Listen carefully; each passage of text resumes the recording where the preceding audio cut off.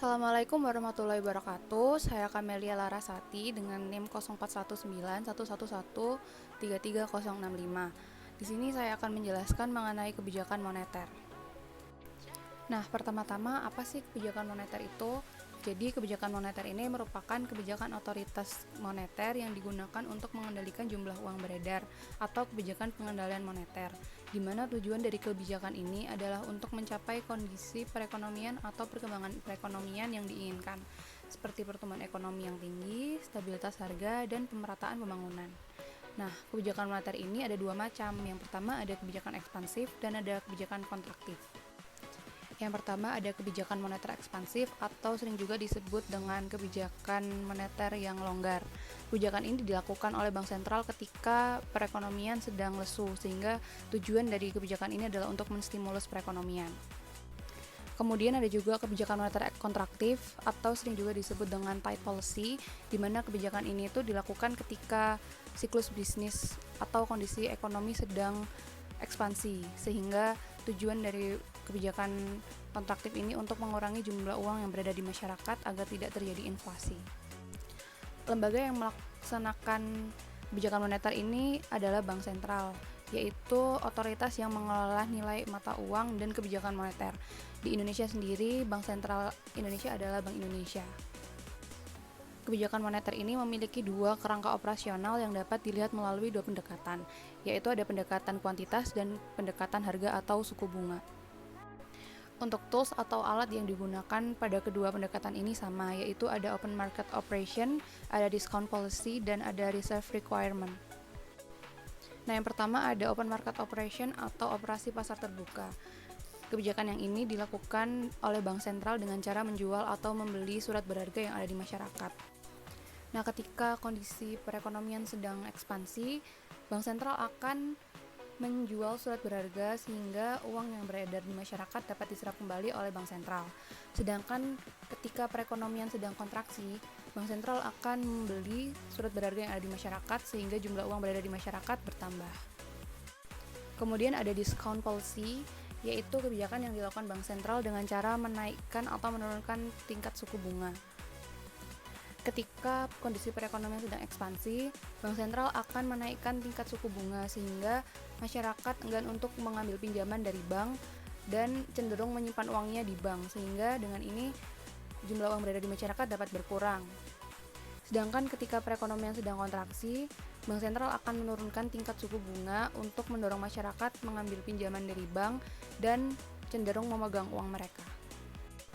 Yang ketiga ada reserve requirement, di mana Bank Sentral menentukan jumlah cadangan kas atau reserve yang harus disimpan oleh bank umum atau bank komersil, di mana reserve ini tidak boleh dipinjamkan kepada masyarakat.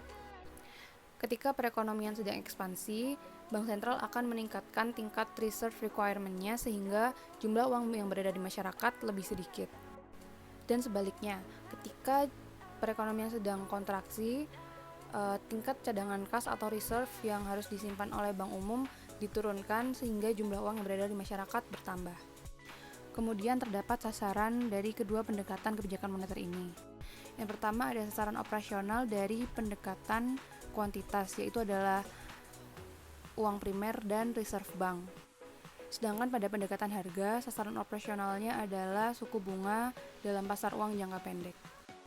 Kemudian ada sasaran antara. Pada pendekatan kuantitas, sasaran antaranya adalah M1, M2, dan kredit suku bunga. Sedangkan sasaran antara pada pendekatan harga tidak ada, hanya berupa variabel-variabel informasi. Dan yang terakhir ada sasaran akhir. Pada kedua pendekatan, sasaran akhirnya sama, yaitu tercapainya stabilitas harga, pertumbuhan ekonomi, dan kesempatan kerja, di mana sasaran akhir ini merujuk pada tiga aspek ekonomi makro, yaitu inflation, growth, dan unemployment. Nah, di beberapa negara, fungsi otoritas kebijakan moneter pada Bank Sentral dengan otoritas keuangan dipisah. Hal ini dikarenakan kinerja Bank Sentral yang belum maksimal atau dinilai lemah, dan juga banyaknya transaksi antar negara seiring berjalannya waktu. Di Indonesia sendiri, pengawasan internal Bank Indonesia dinilai lemah karena terjadinya kasus pembobolan bank, serta adanya kasus Bank Senturi yang dinilai merugikan negara.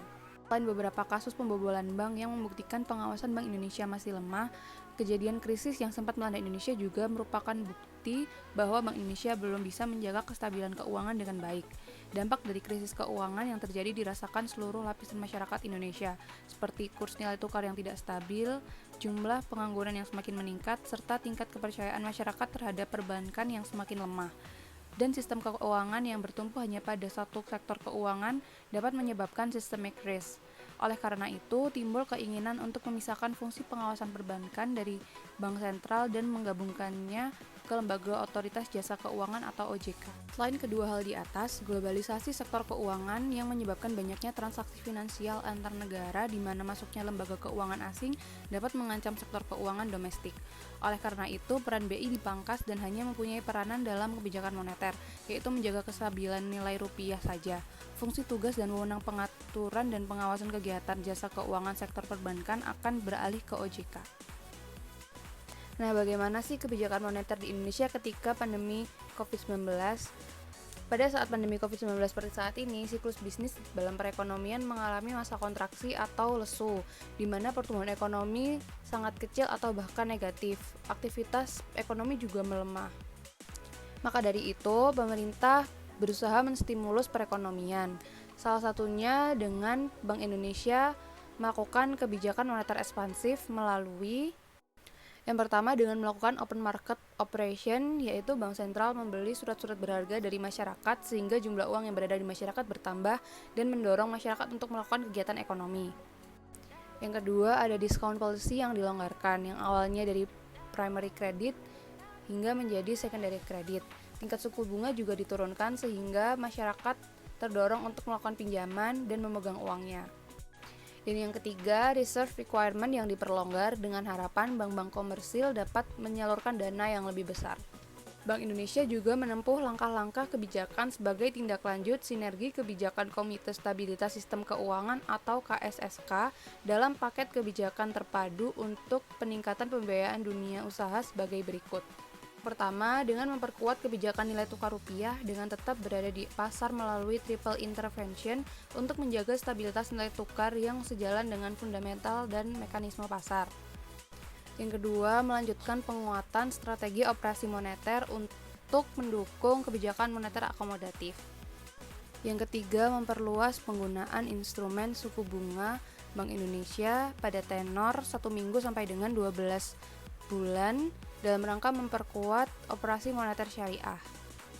Yang keempat, memperkuat transparansi suku bunga dasar kredit perbankan untuk mendukung percepatan transmisi kebijakan moneter dan peningkatan kredit atau pembiayaan dunia usaha. Yang kelima, memperkuat kebijakan rasio intermediasi makroprudensial untuk mendorong perbankan menyalurkan kredit pada dunia usaha dan ekspor guna mengakselerasi pemulihan ekonomi. Yang keenam, mempercepat pendalaman pasar uang melalui transaksi repo dan pembangunan infrastruktur untuk meningkatkan efektivitas transmisi kebijakan moneter. Yang ketujuh, memfasilitasi penyelenggaraan promosi perdagangan dan investasi serta sosialisasi penggunaan local currency settlement atau LCS.